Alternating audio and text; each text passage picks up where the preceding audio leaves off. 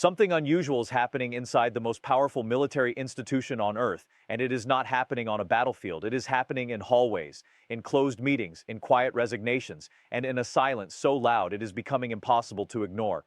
The United States military, an institution built on discipline, hierarchy, and loyalty to the Constitution, is showing signs of internal fracture. And at the center of that fracture are two names, Donald Trump and Pete Hegseth. One is the commander-in-chief, the other is the Secretary of Defense. Together, they entered the Pentagon with an agenda to transform the American military. But what is unfolding now suggests that transformation is meeting serious resistance, not from foreign adversaries, not from Congress, but from within. To understand what is happening, you first need to understand what was supposed to happen. When Trump returned to the White House in January 2025, one of his clearest signals was that he intended to reshape the military in his own image.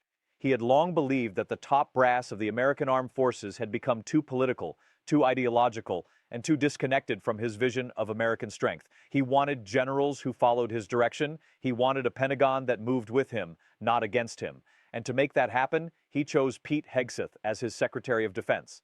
Hegseth was not a conventional choice. He was a Fox News host. He had military service, yes, he had served in Iraq and Afghanistan as a National Guard officer, but he had never run anything close to the scale of the Pentagon, one of the largest and most complex bureaucracies in the world, overseeing nearly 3 million personnel and a budget of almost $900 billion. His critics said he was chosen not for his administrative experience, but for his loyalty and his willingness to carry out Trump's vision without resistance.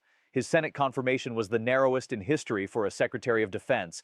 That alone should have told the story. And now, months into his tenure, the silence from Hegseth is becoming its own kind of statement. In Washington, silence is never just silence. When a senior official goes quiet during a crisis, it usually means one of three things. They are managing a situation too sensitive to discuss publicly, they have lost control of the narrative, or they are being managed themselves. In Hegseth's case, observers and insiders are pointing to a combination of all three. The reports emerging from the Pentagon paint a picture of an institution in tension. Senior military officers, including several with four-star rank, have reportedly expressed deep frustration with the direction coming from civilian leadership. Some of that frustration is about policy, some of it is about process, and some of it, according to people familiar with internal discussions, is about something more fundamental. A concern that the chain of command is being used not to strengthen the military but to politicize it. These are serious words. In any other context, they might be dismissed as bureaucratic resistance to change. But this is the American military. These are people who have spent decades serving under presidents of both parties. These are not activists. These are not politicians. These are career officers who took an oath, not to a president, but to the Constitution. So when they push back, the world pays attention. What specifically are they pushing back against? The picture is complex, but several threads run through it. First, there is the issue of personnel. Trump and Hegseth have moved aggressively to remove senior military leaders seen as insufficiently loyal or as too focused on what the administration has labeled woke priorities. Diversity programs, climate considerations in military planning, and other initiatives that critics on the right argue distract from combat readiness. In their place, the administration has elevated officers seen as more politically aligned. To supporters of the administration, this is long overdue. They argue the military had drifted into ideological territory that weakened its culture and its mission. To opponents, including many within the military itself, it is something more dangerous: the transformation of a nonpartisan institution into a political instrument. Second, there is the question of civilian oversight versus military judgment. Healthy civil-military relations require a clear and respectful division. Civilians set the strategy and the policy. Military professionals execute it and provide their best professional advice, even when that advice is not what political leadership wants to hear.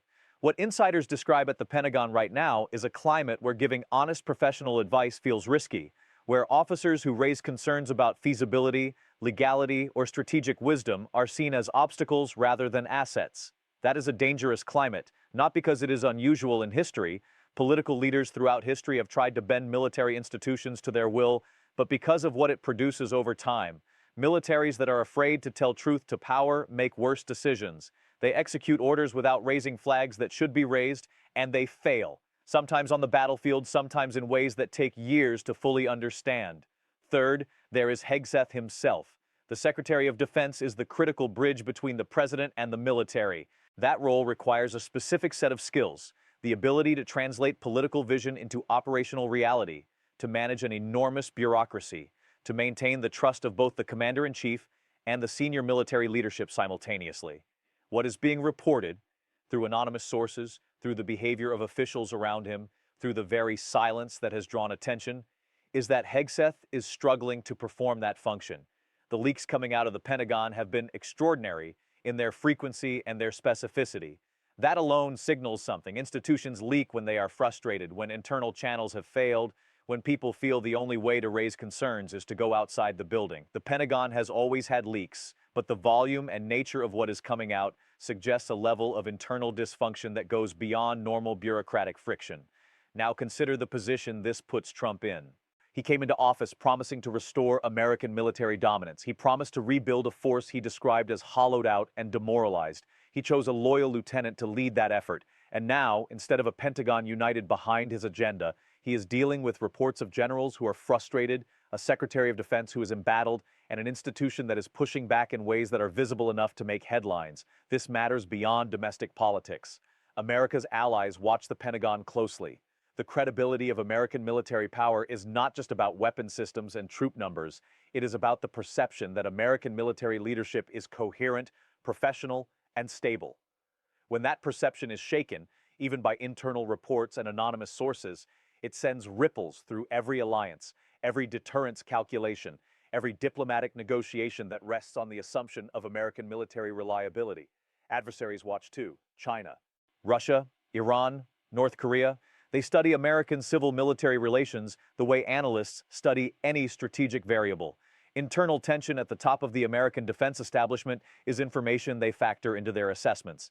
It is not an invitation to aggression, not automatically, but it is a data point they do not ignore. For the American people, the meaning of what is happening is more immediate and more personal.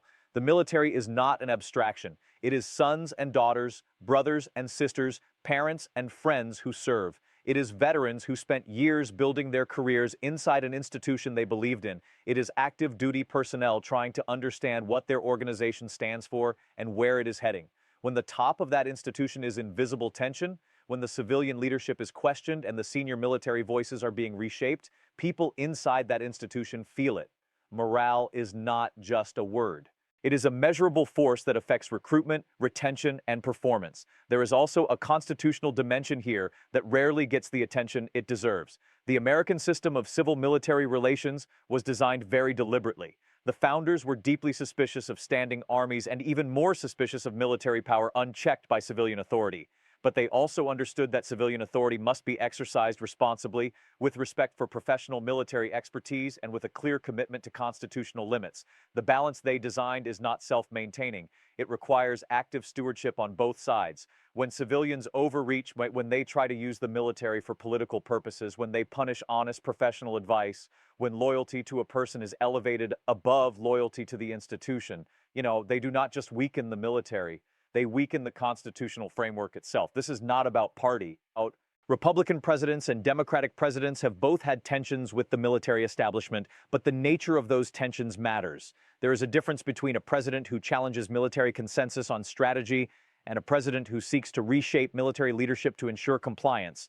One is a legitimate exercise of civilian authority. The other is something the founders worried about quite specifically. Where does this go from here? Several paths are possible. One is that the administration successfully consolidates its control of the Pentagon, the resistant voices are removed or marginalized, and the military adapts, as it has always adapted, to political direction. This is not unprecedented, and it does not automatically produce catastrophe, but it does change the institution in ways that are difficult to reverse. Another path is that the internal resistance grows louder, more visible, and more organized, not in any kind of coup or insubordination, but through resignations, through congressional testimony, through the kind of slow institutional pushback that has checked presidential overreach before. American history has examples of this too.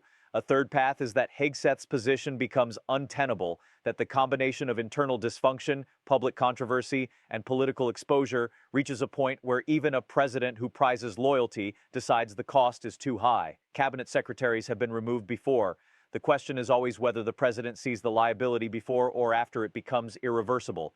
What is clear right now is this: the American military is in a moment of unusual institutional stress. The civilians who are supposed to lead it are themselves under pressure.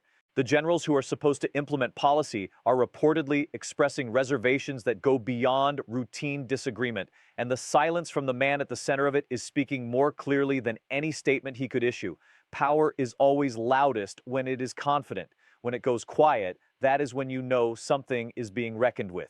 The question is not whether the American military will survive this moment. It has survived much worse. The question is what kind of institution it becomes on the other side of it, and whether the people responsible for that outcome understand the weight of what they are holding. Because what they are holding is not just a department, not just a budget, not just a collection of weapons and personnel. What they are holding is the instrument through which a nation either keeps or loses its credibility, its alliances, its deterrence, and ultimately its security. That is what is at stake in the silence. Sonnet 4.6 extended. Sonnet.